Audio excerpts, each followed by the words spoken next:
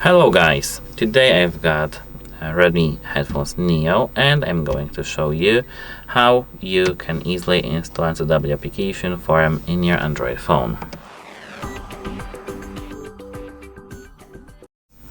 So, at first you need to open Play Store.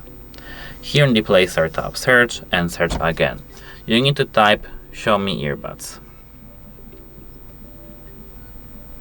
Don't ask me why, it's just like this. Here, as you can see, we've got our application, Show Me Earbuds. Before that, I actually recommend to be paired with your earbuds.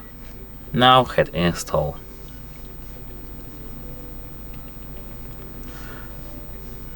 Here, when our application is opened, we need to tap Read and Agree to the Show Me Earbuds user agreement and Show Me Earbuds privacy policy.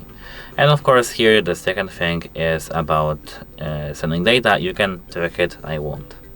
Agree. Here we need to set up our region. Here next. And now we can skip this tutorial. Agree. Allow. Allow. Allow. Everything needs to be allowed.